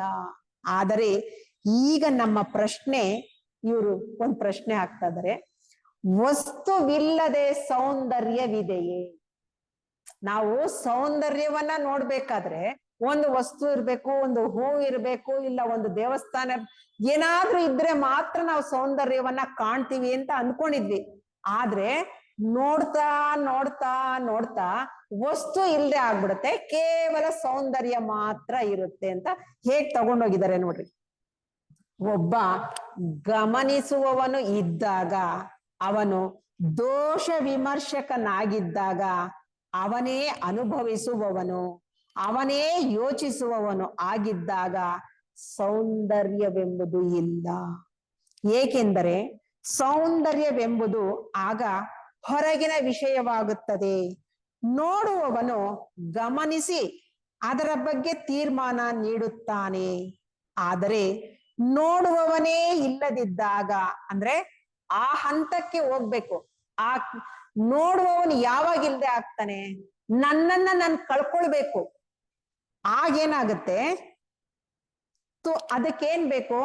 ತುಂಬಾ ಮನನವೂ ಶೋಧನೆಯೂ ಬೇಕು. ನಾನು ಎಷ್ಟು ಆತ್ಮ ಪರವಶೆ ಅಂತ ಹೇಳ್ತಾರಲ್ಲ, ಆ ಹಂತಕ್ಕೆ ನನ್ನ ನೋಟ ಅನ್ನೋದು ಇರ್ಬೇಕು. ಪೂರ್ತಿ ನನ್ನನ್ನ ನಾನು ಕಳ್ಕೊಳ್ಬೇಕು. ಆ ವಸ್ತುವನ್ನ ಮನನ ಮಾಡ್ತಾ, ಅದ್ರಲ್ಲೇ ಹುಡುಕ್ತಾ, ಅದ್ರಲ್ಲೇ ನಾನು ಒಂದಾದಾಗ ಆಗ ವಸ್ತುವಿಲ್ಲದೆ ಸೌಂದರ್ಯವಿರುತ್ತದೆ. ಆ ಹಂತಕ್ಕೆ ಹೋಗ್ಬೇಕು. ನಾವ್ ಏನೇ ನೋಡಿದ್ರು ಸಹ ಆ ಹಂತಕ್ಕೆ ಹೋದಾಗ ಮಾತ್ರ ಸತ್ಯ ಅಂದ್ರೆ ಏನು, ಅದ್ರಲ್ಲಿ ಏನ್ ಸತ್ಯ ಅಡಗಿದೆ ಅನ್ನೋದನ್ನ ನಾನು ತಿಳ್ಕೊಳ್ಳೋದಿಕ್ಕೆ ಸಾಧ್ಯವಾಗುತ್ತೆ. ನಮ್ಗೆ ಏನಾಗ್ತಾ ಇದೆ, ಮೇಲೆ ಕಾಣ್ತಕ್ಕಂತ ಹೊದಿಕೆಗಳನ್ನ, ರೂಪಗಳನ್ನ ಅಥವಾ ವಾಸನೆಗಳನ್ನ ನೋಡಿ, ಬಣ್ಣಗಳನ್ನ ನೋಡಿ ಅದರಲ್ಲಿ ನಾವು ಮೈ ಮರೆತು ಅದರಲ್ಲಿ ಏನ್ ಅಂತರಾಳದಲ್ಲಿ ಅಡಗಿದೆ ಅನ್ನೋದನ್ನ ನಾನು ತಿಳ್ಕೊಳ್ಳೋದಿಕ್ಕೆ ಸಾಧ್ಯವಾಗ್ತಾ ಇಲ್ಲ. ನೋಡುವವನ ಮತ್ತು ನೋಡಲ್ಪಡುವ ವಸ್ತುವಿನ ಸಂಪೂರ್ಣ ಪರವಶತೆಯಲ್ಲಿ ಸೌಂದರ್ಯವಿದೆ. ಸಂಪೂರ್ಣ ನಿಯಂತ್ರಣವಿರುವಾಗ ತನ್ನನ್ನು ಪರವಶಗೊಳಿಸುವುದು ಸಾಧ್ಯ. ಸಂಪೂರ್ಣವಾಗಿ ಸರಳವಾಗಿರುವ ನಿಯಂತ್ರಣ, ಅದೇ ಸಂಪೂರ್ಣ ವಿನಯ. ಏನನ್ನ ನಾವು ಪಡ್ಕೊಂಡ್ರು ಸಹ ವಿನಯ ಅನ್ನೋ ಒಂದು ಸದ್ಗುಣ ನಾವು ಪಡ್ಕೊಳ್ತೀವಿ. ಆದ್ರೆ ಸಂಪೂರ್ಣವಾಗಿ ಯಾವ ಪಡ್ಕೊಳ್ತಾ ಇಲ್ಲ. ಏಕೆಂದ್ರೆ ಅಣುವಿನಲ್ಲಿಯೂ ಆ ವಿನಯ ಅನ್ನೋದು ಇದ್ದಾಗ ಅಲ್ಲಿ ಸಂಪೂರ್ಣತೆ ಬರುತ್ತೆ. ನಮ್ಮಲ್ಲಿ ಸ್ವಲ್ಪ ಇದ್ರೆ ನಾವು ಅದನ್ನ ಪೂರ್ತಿ ಪಡ್ಕೊಳ್ಳೋದಿಕ್ಕೆ, ಇನ್ನೂ ನಾನು ಪಡ್ಕೊಳ್ಬೇಕು ಅಂತ ನನ್ನ ಆಳವಾಗಿ ಅದರಲ್ಲಿ ಒಂದಾಗಿ ತನ್ಮಯಳಾದಾಗ ಮಾತ್ರ ಎಲ್ಲ ಅಣುಗಳಲ್ಲೂ ಆ ವಿನಯ ಅನ್ನೋ ಸದ್ಗುಣ ಅನ್ನೋದು ಸೇರ್ಕೊಳ್ಳೋದಿಕ್ಕೆ ಸಾಧ್ಯವಾಗುತ್ತೆ. ನಾವು ಸ್ವಲ್ಪ ಬಂತು ಅಂದಿದ ತಕ್ಷಣ ನಾವು ಎಲ್ಲ ಪಡ್ಕೊಂಡ್ ಬಿಟ್ಟಿದೀವಿ ಅಂತ ಅನ್ಕೊಂಡಿದ್ವಿ. ಖಂಡಿತ ಅಲ್ಲ. ಆ ಒಂದು ಅಂತರಾಳಕ್ಕೆ, ಆತ್ಮ ಪರವಶತೆ ಅನ್ನೋ ಒಂದು ಪದ ಹೇಳ್ತಾರಲ್ಲ, ಆ ಮಟ್ಟಕ್ಕೆ ಆಳವಾಗಿ ನಾವು ಸಂಪಾದನೆ ಮಾಡೋ ತನಕ ನಾವು ಏನನ್ನು ಪಡ್ಕೊಳ್ಳೋದಿಕ್ಕೆ ಸಾಧ್ಯವಿಲ್ಲ. ಆಗ ಅಲ್ಲಿ ಯಾವ ಸಾಧನೆಯೂ ಇಲ್ಲ. ಆ ಸಂಪೂರ್ಣವಾಗಿ ನಾವು ಯಾವಾಗ ಪಡ್ಕೊಳ್ತೀವೋ ಅವಾಗ ನಮ್ಗೆ ಯಾವ ಒಂದು ಸಾಧನೆನೂ ಬೇಕಾಗಿಲ್ಲ. ನಾವು ಒಂದು ಏನನ್ನ ಪಡ್ಕೊಳ್ಬೇಕಾದ್ರೆ ಮೊದಲು ಏನಾಗುತ್ತೆ, ಪ್ರಾರಂಭದಲ್ಲಿ ಪ್ರಯತ್ನ ಬೇಕು. ಆ ಪ್ರಯತ್ನ ಪಡ್ತಾ ಪ್ರಯತ್ನ ರಹಿತ ಸ್ಥಿತಿಯಲ್ಲಿ ನಾವು ಸಂಪೂರ್ಣವಾಗಿ ನಾವು ಪಡ್ಕೊಳ್ಳೋದಿಕ್ಕೆ ಸಾಧ್ಯವಾಗುತ್ತೆ. ಇದನ್ನ JK ಅವರು ಎಲ್ಲರಲ್ಲೂ ಆಶಿಸ್ತಕ್ಕಂಥದ್ದು. ಪ್ರಯತ್ನ ರಹಿತ ಸ್ಥಿತಿಯಲ್ಲಿ ನಾವು ಏನನ್ನ ಪಡ್ಕೊಳ್ತೀವೋ ಅದು ನಮ್ಮಲ್ಲಿ ಶಾಶ್ವತವಾಗಿ ಉಳಿಯುತ್ತೆ. ಆ ಮೊದಲ ಮೆಟ್ಟಿಲೆ ಶಾಶ್ವತವಾದ ಮೆಟ್ಟಿಲು. ಆ ಒಂದು ಹಂತಕ್ಕೆ ನಾವು ಎಲ್ಲಾರು ಹೋಗ್ಲಿ ಅನ್ನೋದೇ ಅವರ ಒಂದು ಆಶಯ. ಇನ್ನ ಒಂದು ದೃಶ್ಯ ತಗೊಂಡು ಹೋಗ್ತಾ ಇದ್ದಾರೆ. ನೀವೊಬ್ಬರೇ ನಡೆಯುತ್ತಿದ್ದೀರಿ ಎಂದುಕೊಳ್ಳೋಣ. ನಾವೊಬ್ಬರೇ ನಡ್ಕೊಂಡು ಹೋಗ್ತಾ ಇದ್ದೀವಿ, ಅಥವಾ ಇನ್ನೊಬ್ಬರೊಡನೆ ಹೋಗುತ್ತಿದ್ದೀರಿ ಎಂದುಕೊಳ್ಳೋಣ. ನೀವು ಮಾತನಾಡುವುದನ್ನು ನಿಲ್ಲಿಸಿದ್ದೀರಿ. ಹೋಗ್ತಾ ಇದ್ದೀವಿ ಜೊತೆಯಲ್ಲಿ ಮಾತಾಡ್ಕೊಂಡು, ಆಮೇಲೆ ಮಾತು ನಿಲ್ಲಿಸ್ಬಿಡ್ತೀವಿ. ನಮ್ಮ ಸುತ್ತ ಪ್ರಕೃತಿ ಹರಡಿದೆ, ಸುತ್ತಲೂ ಪ್ರಕೃತಿ ಹರಡಿದೆ. ನಾಯಿ ಯಾವುದೂ ಬೊಗಳುತ್ತಿಲ್ಲ. ಹತ್ತಿರ ಹೋಗುತ್ತಿರುವ ಯಾವ ಮೋಟಾರು ಕಾರಿನ ಶಬ್ದವಿಲ್ಲ. ಒಂದು ಪಕ್ಷಿಯ ರೆಕ್ಕೆಗಳ ಪಟಪಟ ಶಬ್ದವೂ ಇಲ್ಲ. ನೀವು ಸಂಪೂರ್ಣವಾಗಿ ಮೌನವಾಗಿದ್ದೀರಿ. ನಿಮ್ಮ ಸುತ್ತಣ ಪ್ರಕೃತಿಯೂ ಕೂಡ ಸಂಪೂರ್ಣವಾಗಿ ನಿಶ್ಶಬ್ದವಾಗಿದೆ. ಅಂಥ ಮೌನ ಸ್ಥಿತಿಯಲ್ಲಿ ನೋಡುವವನು ನೋಡಲ್ಪಡುವುದು ಇರುವಾಗ, ನೋಡುವವನು ತಾನು ನೋಡುತ್ತಿರುವುದನ್ನು ಆಲೋಚನೆಗೆ ಪರಿವರ್ತಿಸದೇ ಇದ್ದಾಗ, ಅವನು ಏನನ್ನ ನೋಡ್ತಾನೋ ಅದನ್ನ ಸುಮ್ಮನೆ ನೋಡ್ತಾ ಇರ್ಬೇಕೇ ವಿನಃ ಆ ನೋಡಿದ್ದನ್ನ ಆಲೋಚನೆಗೆ ಪರಿವರ್ತನೆ ಮಾಡಿಬಿಟ್ಟಾಗ, ಅಂಥ ಸ್ಥಿತಿಯಲ್ಲಿ ಅವನು ಅಂಥ ಮೌನದಲ್ಲಿ ಪರಿವರ್ತಿಸದೇ ಇದ್ದಾಗ, ಅಂದ್ರೆ ಅಲ್ಲಿ ಮನಸ್ಸು ಕೆಲಸ ಮಾಡ್ತಾ ಇಲ್ಲದೆ ಇದ್ರೆ, ಅಂದ್ರೆ ಆಲೋಚನೆ ಯಾವಾಗ ನಮ್ಮಲ್ಲಿ ಮೂಡುತ್ತೆ? ಮನಸ್ಸು ಇದ್ದಾಗ. ಮನಸ್ಸು ಇಲ್ಲದೆ ಇದ್ದಾಗ ಮೌನ ಸ್ಥಿತಿನಲ್ಲಿ ಯಾವುದು ನಮ್ಗೆ ಅಂತರ ಬರೋದಿಲ್ಲ, ಅಡ್ಡ ಬರೋದಿಲ್ಲ, ಅಡ್ಡಿಪಡಿಸೋದಿಲ್ಲ. ಆಗ ನಾವು ಆ ಒಂದು ಸೌಂದರ್ಯವನ್ನ, ಪ್ರಕೃತಿಯನ್ನ ನಾವು ಸಹಜವಾಗಿ ನೋಡ್ತಕ್ಕಂಥದಕ್ಕೆ ಸಾಧ್ಯವಾಗುತ್ತೆ. ಅಂಥ ಮೌನದಲ್ಲಿ ಸೌಂದರ್ಯದ ಬೇರೊಂದು ಗುಣ ಅಡಗಿದೆ. ಅಲ್ಲಿ ಪ್ರಕೃತಿಯೂ ಇಲ್ಲ. ನೋಡ್ತಾ ನೋಡ್ತಾ ನೋಡ್ತಾ ಪ್ರಕೃತಿನೂ ಇಲ್ಲ, ನೋಡ್ತಕ್ಕಂಥ ನೀನೂ ಇಲ್ಲ. ಮನಸ್ಸಿನ ಸ್ಥಿತಿ ಸಂಪೂರ್ಣವಾಗಿ ಸಮಗ್ರವಾಗಿ ಒಂಟಿಯಾಗಿದೆ. ಅದು ಇತರರಿಂದ ಪ್ರತ್ಯೇಕವಾಗಿ ಒಂಟಿಯಾಗಿಲ್ಲ, ನಿಶ್ಚಲತೆಯಲ್ಲಿ ಒಂಟಿಯಾಗಿದೆ. ಮನಸ್ಸು ಚಂಚಲವಾಗಿದ್ದಾಗ ಆ ವಸ್ತು, ಆ ಪ್ರಕೃತಿ, ನೀನು ಬೇರೆ ಬೇರೆ ಆಗಿದ್ದಾಗ, ಯಾವಾಗ ಮನಸ್ಸು ನಿಶ್ಚಲ, ಏನು ಚಲನೆ ಇಲ್ಲದೆ ನಿಂತು ಹೋಗ್ಬಿಡುತ್ತೋ ಆಗ ಅಲ್ಲಿಯ ಸೌಂದರ್ಯ ಮಾತ್ರ ಅಲ್ಲಿ ಕಾಣ್ತೀಯ. ನೀನು ಇಲ್ಲ, ಆ ಪ್ರಕೃತಿನೂ ಇಲ್ಲ, ಬರೀ ಸೌಂದರ್ಯ. ಅದೇ ವಸ್ತುವಿಲ್ಲದೆ ನೀನು ಸೌಂದರ್ಯವನ್ನ ನೀನು ವೀಕ್ಷಿಸ್ತಾ ಇದೀಯ. ಆ ನಿಶ್ಚಲತೆಯೇ ಸೌಂದರ್ಯ. ನೀವು ಪ್ರೀತಿಸುವಾಗ ನೋಡುವವನು ಇದ್ದಾನೆ. ಪ್ರೇಮವು ಆಸೆ ಸುಖ ಆದಾಗ ಮಾತ್ರ ಗಮನಿಸುವವನು ಇರುತ್ತಾನೆ. ಪ್ರೇಮದೊಡನೆ ಆಸೆ ಸುಖಗಳು ಸಂಬಂಧ ಹೊಂದದೇ ಇದ್ದಾಗ ಪ್ರೇಮವು ಗಾಢವಾಗಿರುತ್ತದೆ. ನೋಡಿ, ನಮ್ಮಲ್ಲಿರ್ತಕ್ಕಂಥ ಆಸೆ ಇದು ದೇಹಾತ್ಮ ಮಟ್ಟಕ್ಕೆ ಸಂಬಂಧಪಟ್ಟಿರ್ತಕ್ಕಂಥದ್ದಾದ್ರೆ ಅಲ್ಲಿ ಆಸೆ ಮತ್ತೆ ಸುಖ ಇರುತ್ತೆ. ಆದ್ರೆ ಅಲ್ಲಿ ಆತ್ಮ ಮಟ್ಟದ್ದು, ಜೀವಾತ್ಮನ ಮಟ್ಟಕ್ಕೆ ಹೋದಾಗ ಅಲ್ಲಿ ಆಸೆ ಆಗ್ಲಿ ಸುಖ ಇಲ್ಲ.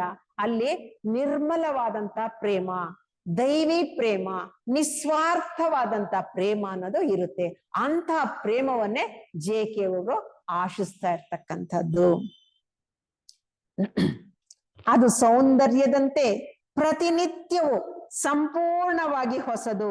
ನಾನಾಗಲೇ ಹೇಳಿರುವ ಹಾಗೆ ಅದಕ್ಕೆ ನಿನ್ನೆಯೂ ಇಲ್ಲ, ನಾಳೆಯೂ ಇಲ್ಲ. ಅಂತ ಒಂದು ಸಹಜವಾದ ಪ್ರೇಮಕ್ಕೆ ನಿನ್ನೆ ಅನ್ನೋದಾಗ್ಲಿ ನಾಳೆ ಅನ್ನೋದಾಗ್ಲಿ ಇಲ್ಲ. ಅದು ಆ ಒಂದು ವಾಸ್ತವಿಕವಾದಂಥದ್ದು, ಅದು ಸಹಜವಾಗಿರ್ತಕ್ಕಂಥ ಪ್ರೇಮ. ಯಾವ ಪೂರ್ವ ಭಾವನೆಯೂ ಇಲ್ಲದೆ, ಪೂರ್ವ ಭಾವನೆ ಅಂದಾಗ ಹಿಂದಕ್ಕೆ ಸೇರುತ್ತೆ, ಯಾವ ಕಲ್ಪನೆ ಅಂದ್ರೆ ಭವಿಷ್ಯಕ್ಕೆ ಸೇರುತ್ತೆ. ಭೂತ ಭವಿಷ್ಯತ್ ಎರಡೂ ಇಲ್ಲದೆ ವರ್ತಮಾನದಲ್ಲಿ ಇರ್ತಕ್ಕಂಥದ್ದನ್ನ ನಾವು ಯಾವಾಗ ಅನುಭವಿಸ್ತಾನೋ ಆಗ ಅಲ್ಲಿ ಸಹಜತೆ ಅನ್ನೋದು, ಸತ್ಯ ಅನ್ನೋದು, ಸೌಂದರ್ಯ ಅನ್ನೋದು, ಪ್ರೇಮ ಅನ್ನೋದು ಅದನ್ನ ಕಂಡುಕೊಳ್ಳೋದಕ್ಕೆ ಸಾಧ್ಯವಾಗುತ್ತೆ. ನಾವು ಜೀವನದ ಯಾವುದಾದರೂ ವಸ್ತುವಿನೊಡನೆ ನೇರ ಸಂಪರ್ಕವನ್ನು ಪಡೆಯುವುದು ಸಾಧ್ಯ ಅಂತ ಪೂರ್ವಕಲ್ಪಿತ ಅಭಿಪ್ರಾಯಗಳು ಇರಬಾರ್ದು, ಅಥವಾ ಮುಂದೆ ಏನಾಗುತ್ತೋ ಅನ್ನೋ ಕಲ್ಪನೆನೂ ಇರಬಾರ್ದು. ಆಗ ಮಾತ್ರ ನಾವು ಆ ವಸ್ತುವನ್ನ ನೇರ ಸಂಪರ್ಕವನ್ನ ಹೊಂದೋದಿಕ್ಕೆ ಸಾಧ್ಯವಾಗತ್ತೆ. ನಮ್ಮೆಲ್ಲ ಸಂಬಂಧಗಳು ನಿಜವಾಗಿ ಕಾಲ್ಪನಿಕವಾದವು, ಅಂದರೆ ಆಲೋಚನೆಯ ಪರಿಣಾಮವಾದ ಒಂದು ಚಿತ್ರವನ್ನು ಅವಲಂಬಿಸಿರುವುದು. ನನಗೆ ನಿಮ್ಮ ಬಗ್ಗೆ ಒಂದು ಕಲ್ಪನೆಯು, ನಿಮಗೆ ನನ್ನ ಬಗ್ಗೆ ಒಂದು ಕಲ್ಪನೆಯು ಇದ್ದರೆ ನಾವು ನಮ್ಮಿಬ್ಬರನ್ನು ನಾವು ಇರುವ ಹಾಗೆ ನೋಡುವುದೇ ಇಲ್ಲ. ನಾವು ನೋಡೋದು ನಮ್ಮ ಕಲ್ಪನೆ, ನಾನು ನಿಮ್ಮ ಬಗ್ಗೆ ಏನು ಕಲ್ಪನೆ ಇಟ್ಕೊಂಡಿದ್ದೀನೋ ಆ ಕಲ್ಪನೆ ಮೂಲಕ ನೋಡ್ತೀನಿ ವಿನಃ ನೀವು ಹೇಗಿದ್ದೀರೋ ಹಾಗೆ ನಾನು ನೋಡೋದಿಕ್ಕೆ ಸಾಧ್ಯ ಇಲ್ಲ. ಯಾಕೆಂದ್ರೆ ಅವರು ನನಗೆ ಪರಿಚಯ ಆದಾಗ ಏನು ನಾನು ಕಲ್ಪನೆ ಮಾಡ್ಕೊಂಡಿದ್ನೋ ಆ ಚಿತ್ರದ ಮೂಲಕನೇ ನೋಡ್ತೀನಿ ವಿನಃ JK ಅವ್ರು ಏನ್ ಹೇಳ್ತಾರೆ, ಪ್ರತಿ ದಿವಸ ಅವರಿಗೂ ನನಗೂ ಸಂಬಂಧನೇ ಇಲ್ಲ. ಹೊಸ ವ್ಯಕ್ತಿಯನ್ನ ನೀನು ಯಾವ ರೀತಿ ನೋಡ್ತೀಯೋ ಹಾಗೆ ನೋಡಿದಾಗ ಅವರಲ್ಲಿ ನಿಜವಾದಂತ ಸ್ನೇಹ ಸಂಬಂಧ ಅನ್ನೋದು ಉಂಟಾಗುತ್ತೆ. ನಾವೇನ್ ಮಾಡ್ತೀವಿ, ಪೂರ್ವಕಲ್ಪಿತ ಅಭಿಪ್ರಾಯಗಳ ಮೂಲಕ ನೋಡೋದ್ರಿಂದ ಅವ್ರು ಇವಾಗ ಬೆಳವಣಿಗೆ ಆಗಿದ್ರು ಸಹ ನಾನು ಏನು ನನಗೆ ಗೊತ್ತಾಗದೆ ಹಿಂದೆ ಅವ್ರನ್ನ ನನಗ್ ಪರಿಚಯ ಆದಾಗ ಹೇಗಿದ್ರೋ ಅದೇ ರೀತಿನೇ ನಾನು ಗಮನಿಸ್ತಾ ಇರ್ತೀನಿ. ಅದಕ್ಕೋಸ್ಕರವಾಗಿ ಯಾವ ವಸ್ತುವನ್ನು ನೋಡ್ಲಿ, ಮನುಷ್ಯನನ್ನೇ ನೋಡ್ಲಿ, ಹೊಸತನ ಯಾವಾಗ ಬರುತ್ತೆ, ನನ್ನ ದೃಷ್ಟಿಯಲ್ಲಿ ಹಳೆದು ಹೊರಟೋಗಿ ಹೊಸತನ ಅನ್ನೋದು ಬಂದಾಗ, ಅಂದ್ರೆ ಎಷ್ಟೆಷ್ಟು ನಾನು ವಿಕಾಸವನ್ನ ಪಡ್ಕೊಳ್ತಾ ಹೋಗ್ತೀನೋ ಆಗ ನನ್ನಲ್ಲಿ ಹೊಸತನ ಅನ್ನೋದು ಮೂಡುತ್ತೆ, ನಾನು ಸಹಜವಾಗಿ ನೋಡೋದಕ್ಕೆ ಸಾಧ್ಯವಾಗುತ್ತೆ. ಈ ಕಲ್ಪನೆಗಳು ನಿಮಗೂ ಮತ್ತು ನೀವು ಗಮನಿಸುವ ವಿಷಯಗಳಿಗೂ ನಡುವೆ ಅಂತರವನ್ನು ಉಂಟು ಮಾಡುತ್ತದೆ. ಆ ಅಂತರದ ಮೂಲಕ ನಾವು ನೋಡ್ತಾ ಇರೋದ್ರಿಂದ ಅವ್ರು ಸಹಜವಾಗಿ ಹೇಗಿದಾರೋ ಹಾಗೆ ನೋಡೋದಿಕ್ಕೆ ಸಾಧ್ಯವಾಗ್ತಾ ಇಲ್ಲ. ಆ ಅಂತರದಲ್ಲಿ ಘರ್ಷಣೆ ಇದೆ. ಆದುದರಿಂದ ನಾವಿಬ್ಬರು ಒಟ್ಟಿಗೆ ಕಂಡು ಹಿಡಿಯಬೇಕಾಗಿರುವುದು ಏನೆಂದರೆ, ನಾವೇ ಸೃಷ್ಟಿಸುವ ಈ ಅಂತರದಲ್ಲಿ ಸ್ವತಂತ್ರರಾಗಿರುವುದು ಸಾಧ್ಯವೇ ಎಂಬುದನ್ನು ಮನುಷ್ಯರನ್ನು ಅವರ ಎಲ್ಲ ಸಂಬಂಧಗಳಲ್ಲಿ ವಿಭಜಿಸುವ ಈ ಅಂತರ ಏನ್ ಮಾಡುತ್ತೆ, ಅವರಿಗೂ ನಮಗೂ ವಿಭಜನೆ ಮಾಡುತ್ತೆ, ಒಂದು ಮಾಡೋದೇ ಇಲ್ಲ. ನಮ್ಮ ಬಹಿರಂಗದಲ್ಲಿ ಮಾತ್ರವಲ್ಲ, ನಮ್ಮ ಅಂತರಂಗದಲ್ಲಿಯೂ ಇರುವ ಈ ಅಂತರದಲ್ಲಿ ಸ್ವತಂತ್ರರಾಗಿರುವುದು ಸಾಧ್ಯವೇ? ಬಾಹ್ಯದಲ್ಲೇ ಇಲ್ಲ, ಇನ್ನ ಅಂತರಂಗದಲ್ಲಿ ನಮ್ಗೆ ಒಂದಾಗಿರ್ತೀವಿ ಅಂತ ಹೇಳೋದಿಕ್ಕೆ ಸಾಧ್ಯನಾ? ಒಂದು ಸಮಸ್ಯೆಗೆ ನೀವು ಕೊಡುವ ಗಮನವೇ ಆ ಸಮಸ್ಯೆಯನ್ನು ಬಗೆಹರಿಸುವ ಚೈತನ್ಯ. ಈಗ ಸಮಸ್ಯೆ ಅನ್ನೋದು ಮನುಷ್ಯನಿಗೆ ಸಹಜ ಅಲ್ವಾ? ಆ ಸಮಸ್ಯೆಗೆ ನಾವು ಎಷ್ಟು ಗಮನವಿಟ್ಟು ಪರಿಹಾರ ಮಾಡ್ಕೊಳ್ಳೋದಿಕ್ಕೆ ಪ್ರಯತ್ನ ಪಡ್ತೀವೋ ಅದೇ ಅದಕ್ಕೆ ಚೈತನ್ಯ. ನಾವೇನ್ ಮಾಡ್ತೀವಿ, ಆ ಸಮಸ್ಯೆಗೆ ಪರಿಹಾರವನ್ನ ಕಂಡ್ಕೊಳ್ಳೋದಿಕ್ಕೆ ಅವ್ರನ್ನೂ ಇವ್ರನ್ನೂ ನೋಡ್ತೀವಿ, ಇಲ್ಲ ಪುಸ್ತಕವನ್ನ ನೋಡ್ತೀವಿ, ಇದು ಯಾವುದು ಸರಿ ಹೋಗೋದಿಲ್ಲ. ನೀನ್ ಎಷ್ಟೆಷ್ಟು ಗಮನವನ್ನ ಇಟ್ಟು ಪರಿಹಾರ ಮಾಡ್ಕೊಳ್ತೀವೋ ಆ ಗಮನವೇ ಚೈತನ್ಯವಾಗಿ ಅದರಿಂದ ನೀನು ಹೊರಗೆ ಬರೋದಿಕ್ಕೆ ಸಾಧ್ಯವಾಗುತ್ತೆ. ನೀವು ನಿಮ್ಮಲ್ಲಿರುವ ಎಲ್ಲದರ ಬಗ್ಗೆ ಸಂಪೂರ್ಣ ಗಮನವನ್ನು ಕೊಟ್ಟಾಗ ಗಮನಿಸುವವರೇ ಇರುವುದಿಲ್ಲ. ಅಲ್ಲಿ ಸಂಪೂರ್ಣ ಚೈತನ್ಯವಾದ ಗಮನಿಸುವ ಸ್ಥಿತಿ ಮಾತ್ರ ಇರುತ್ತದೆ. ಆ ಸಂಪೂರ್ಣ ಚೈತನ್ಯವೇ ಬೌದ್ಧಿಕ ಶಕ್ತಿಯ ಅತ್ಯಂತ ಶ್ರೇಷ್ಠ ಸ್ವರೂಪ.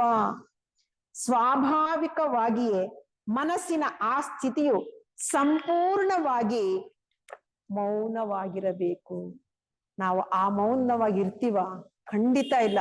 ಒಂದೊಂದು ಕ್ಷಣದಲ್ಲೂ ಆ ಮನಸ್ಸು ಎಷ್ಟು ರೀತಿಯಾಗಿ ಪ್ರಶ್ನೆ ಹಾಕ್ತಾ ಇರುತ್ತೆ, ಯೋಚನೆ ಮಾಡ್ತಾ ಇರುತ್ತೆ. ಆ ಮೌನ, ಆ ನಿಶ್ಚಲತೆ ಎಂಬುದು ಸಂಪೂರ್ಣ ಗಮನವಿರುವಾಗ ಬರುತ್ತದೆ. ನೋಡಿ, ನಾವ್ ಯಾವಾಗ ಸಂಪೂರ್ಣವಾಗಿ ಗಮನಿಸ್ತೀವೋ ಆಗ ಮನಸ್ಸು ಮೌನವಾಗುತ್ತೆ. ಅಂದ್ರೆ ಆಲೋಚನೆಗಳು ಉತ್ಪತ್ತಿ ಆಗೋದಿಲ್ಲ, ಆ ವಿಷಯದ ಬಗ್ಗೆ ಆಲೋಚನೆಗಳು ಉತ್ಪತ್ತಿ ಆಗೋದಿಲ್ಲ. ಗಮನಿಸುವವನು ಗಮನಿಸಲ್ಪಡುವ ವಸ್ತುವು ಇಲ್ಲದ ಆ ಸಂಪೂರ್ಣ ಮೌನ ಮನಸ್ಸಿನ ಶ್ರೇಷ್ಠ ಸ್ವರೂಪ.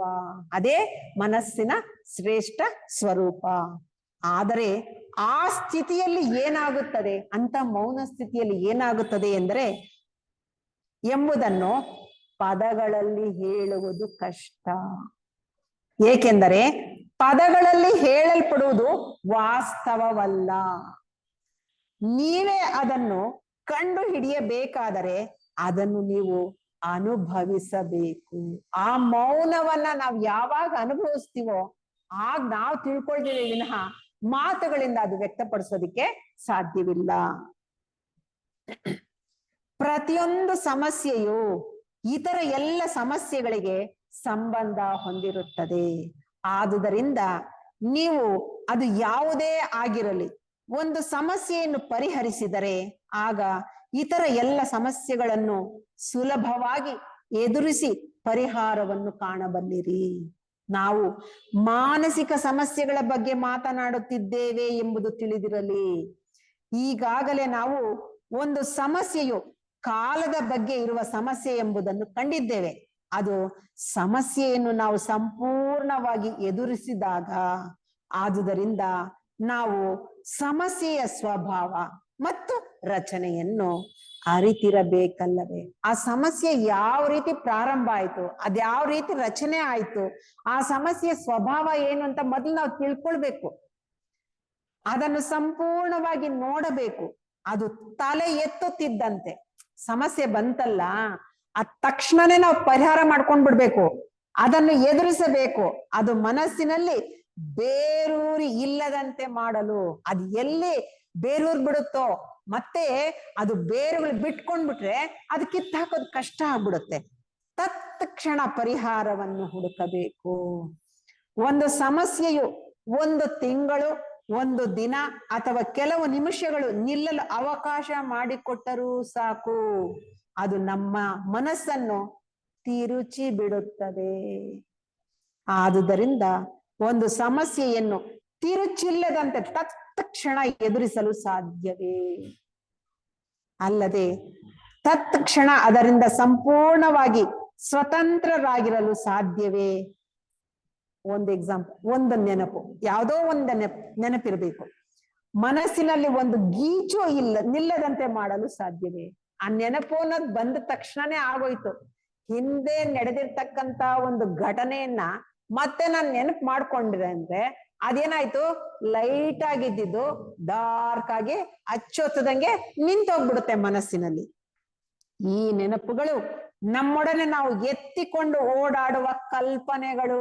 ನಾವೇನ್ ಮಾಡ್ತಾ ಇದ್ದೀವಿ, ಆ ನೆನಪುಗಳನ್ನೆಲ್ಲ ಸಂಗ್ರಹ ಮಾಡ್ಕೊಂಡು ಅದನ್ನ ನಮ್ ಜೊತೆ ಎತ್ಕೊಂಡು ಓಡಾಡ್ತಾ ಇದ್ದೀವಿ.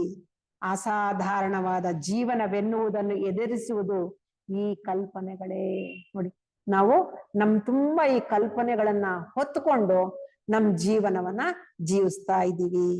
ಆದುದರಿಂದ ಅಲ್ಲಿ ಪರಸ್ಪರ ವಿರೋಧವಿದೆ ಮತ್ತು ಘರ್ಷಣೆ ಇದೆ. ನೋಡಿ, ಈ ನೆನಪುಗಳಿಂದ ಏನಾಗ್ತಾ ಇದೆ, ಘರ್ಷಣೆಗಳು, ವಿರೋಧಗಳು ಉಂಟಾಗ್ತಾ ಇದೆ.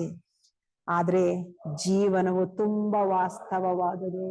ನಾವ್ ಯಾವಾಗ ನೆನಪುಗಳು, ಕಲ್ಪನೆಗಳು ಇಲ್ಲದೆ ಇದ್ದಾಗ ವಾಸ್ತವವಾದಂತ ಜೀವನವನ್ನ ನಾವು ಜೀವಿಸೋದಿಕ್ಕೆ ಸಾಧ್ಯವಾಗತ್ತೆ. ಜೀವನವು ಅಮೂರ್ತವಾದುದಲ್ಲ. ಅದನ್ನು ಕಲ್ಪನೆಗಳಿಂದ ಎದುರಿಸಿದಾಗ ಸಮಸ್ಯೆಗಳು ಉದ್ಭವಿಸುತ್ತವೆ. ಸಮಸ್ಯೆಗಳು ಇರೋದಿಲ್ಲ, ನಾವೇ ಕೆತ್ಕಿ ಸಮಸ್ಯೆಗಳನ್ನ ಮಾಡ್ಕೊಳ್ತಾ ಇದ್ದೀವಿ.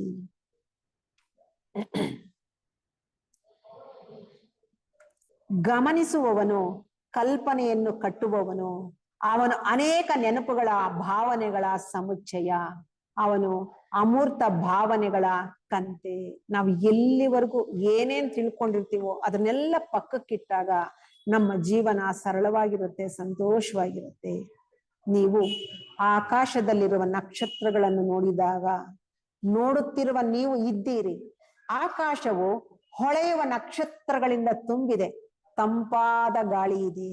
ಅಲ್ಲದೆ ಅಲ್ಲಿ ಅನುಭವಿಸುವ, ಯೋಚಿಸುವ, ನೋವಿನಿಂದ ತುಂಬಿದ ಹೃದಯದ ಅಂತರದ ನಿರ್ಮಾಣ ಕೇಂದ್ರವಾದ ನೀವು. ನಾನು ಅದ್ಯಾವುದು ಇಲ್ಲದೆ ಇದ್ರೆ ನಾವು ಯಾವುದೇ ಅಂತರವನ್ನ ನಾವು ನಿರ್ಮಾಣ ಮಾಡ್ಕೊಳ್ತಾ ಇರ್ಲಿಲ್ಲ. ಯಾವಾಗ ಯೋಚನೆ ಪ್ರಾರಂಭ ಮಾಡೋದ್ನೋ ಆಗ ನಾವೇ ನಮ್ಮ ಅಂತರಂಗದಲ್ಲಿ ನಾವೇ ಅಂತರವನ್ನ ನಿರ್ಮಾಣ ಮಾಡ್ಕೊಂಡ್ವಿ.